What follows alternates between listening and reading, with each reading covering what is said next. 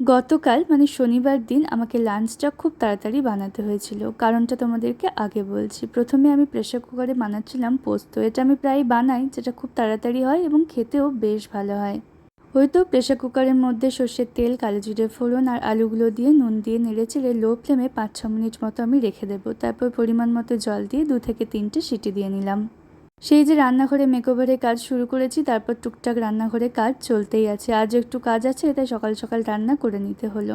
City দেওয়ার পর আলু সিদ্ধ হয়ে গেলে পোস্ত আর লঙ্কা বাটাটা দিয়ে ভালোভাবে মিশিয়ে নিলেই পোস্ত রেডি। এদিকে আমি করবো একটু ডিমের কারি। ডিম সিদ্ধ করে নিয়েছি, কড়াইয়ে সর্ষের তেলের মধ্যে নুন লবণ দিয়ে ডিমগুলো ভেজে নেবো। দেশি মুরগির ডিম, পোলট্রির ডিম দুটোই কিন্তু আজকে রয়েছে।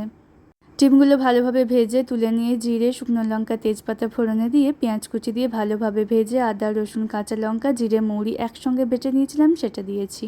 তারপর টমেটো, নুন, হলুদ দিয়ে জল দিয়ে বেশ কয়েকবার কষিয়েছি। মশলার কাঁচা গন্ধ গেলে পরিমাণ মতো জল দিয়ে ঝোল ফুটে এলে ডিমগুলো দিয়েছিলাম। 5 মিনিট মতো লো ফ্লেমে রান্না করলেই ডিমের এই ঝোলটা হয়ে যাবে। আজকে রান্নাবান্না এইটুকুই, এই পোস্ত, ডিমের কারি। আর আমাদের লাঞ্চের টাইম হতে হতে কাজ কমপ্লিট হয়ে যাবে। মা বলল তখন মসুর ডালে গরম গরম বড়া করব। সেটাই ভেজে নিয়ে সুন্দরভাবে থালায় সাজিয়ে নিলাম আজকের লাঞ্চটা। কেমন লাগলো অবশ্যই জানিও।